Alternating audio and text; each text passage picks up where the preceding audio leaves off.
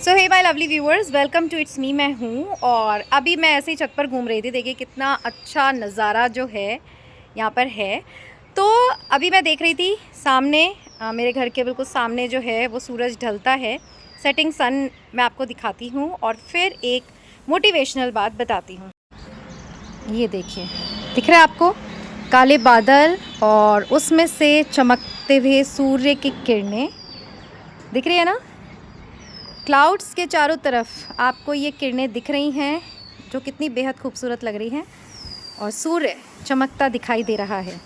ये जो प्रकृति की चीज़ मैंने आपको दिखाई, उससे हमें क्या मोटिवेशन मिलता है वो ये कि आपके जीवन में कितने ही घने बादल क्यों ना आ जाएं, वो जो भगवान रूपी प्रकाश होता है वो इन सभी बादलों को चीरते हुए, देखिए जैसे मैंने बोला ईश्वर का नाम लिया, देखिए जैसे ही मैंने ईश्वर का नाम लिया सारे बादलों को हटाते हुए ये जो सूर्य है वो इस तरह चमकने लगा।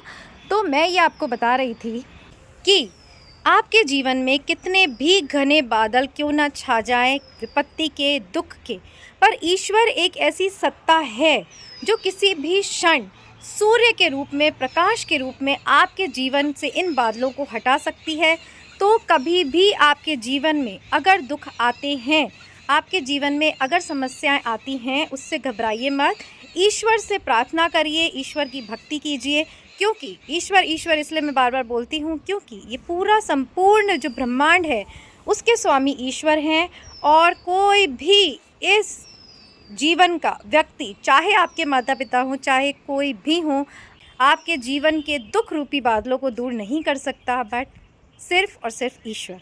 तो इसलिए जैसे कि अभी प्रमाण ईश्वर ने खुद ने दे दिया कि काले बादलों में से जिस तरह चीरती हुई सूर्य की किरणें आपको प्रकाशित करती हैं, उसी प्रकार आपके जीवन में आने वाले दुखों से आपको ईश्वर इतने चमत्कारिक ढंग से निकाल देता है। बट उसके लिए आपको पूरी प्रामाणिकता से उसको पुकारना होगा, उस पर विश्वास करना होगा, क्योंकि विश्वास ही एक ऐसी चीज़ होती है जिससे आप पहाड़ भी हिला सकते हैं। इतना ही। और एक बार और देखिए कितना सुंदर ये सूर्य। तो ढलते सूर्य के सामने अक्सर मैं खड़ी हो जाती हूँ क्योंकि सूर्य की जो वाइब्स है बहुत ही पावरफुल होती हैं। आपको भी उगते सूरज के सामने, ढलते सूरज के सामने खड़े होकर अपनी पावर्स को बढ़ाना चाहिए। अभी के लिए इतना ही, फिर मिलेंगे इट्स मी मैं हूँ पर, और बाय। कि आप भी कैसे एक स्ट्रॉन्ग महिला बन सकती हैं, एक अनस्टॉपेबल बीइंग बन सकती हैं। अगर आप इस वीडियो के अंत तक हमारे साथ बनी रहे तो मैं आपको ऐसे ऐसे सीक्रेट्स बताऊंगी जो आपकी लाइफ को टोटली चेंज करने वाले हैं। आप सोचिए ना, कितने सालों से आप घर वालों के लिए किए जा रही हैं, पर क्या किसी ने आपको सराहा? हाँ, कोई काम में त्रुटि हुई तो कमियां निकालने सभी आ जाएंगे, बट सराहने वाले आपको कम ही मिलेंगे। तो आप लोगों से मिलते नहीं हैं, मिलाए जाते हैं, अच्छा भोगने के लिए या फिर बुरा भोगने के लिए। अगर उनका मिलना शादी तक पहुंच जाता और एक सुखद संसार वो बसा पाते, तो फिर उनका जो मिलना था भी एक डेस्टिनी का ब्यूटीफुल सा प्लान था। जब हम लोगों से मिलते हैं हमें नहीं पता होता कि वो हमारे लिए सुख की श्रृंखला लाएंगे कि दुख की।